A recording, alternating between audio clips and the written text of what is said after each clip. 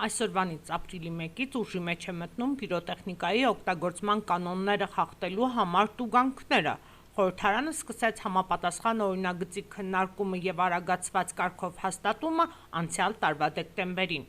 Վարչական խախտումների վերաբերյալ օրենսգրքում ավելացվել են մի քանի հոդվածներ, որոնք վարչական պատասխանատվություն են նախատեսում Վրաստանում պիրոտեխնիկական արտադրանքի ներմուծման, արտահանման, արտադրության կամ միացման հետ կապված գործողությունների համար։ Վերոնշյալ արարքը կրկին կատարած վարչական պատժի ենթարկած անձը կտուգանվի 3000 լարիով։ Պիրոտեխնիկական արտադրանքի գնումը, տիրապետումը կամ օգտագործումը այն անձանց կողմից, ովքեր դրա իրավունքը չունեն Վրաստանի օրենսդրությամբ, կառաջացնի տուգանք 1000 լարիի չափով, ինչպես նաև կլինի իրավախախտման առարկայի բռնագրավում։ Եթե երեխան պիրոտեխնիկական իրեր է գնում կամ օգտագործում, այդ դեպքում երեխայի հետ միասին տուգանվելու են նաև ծնողները կամ օրինական ներկայացուցիչները, իսկ իրավապահ մարմինների աշխատանքին կամ խնդրանքին չենթարկվելու դեպքում տուգանքը կազմում է 100-ից մինչև 300 լարի։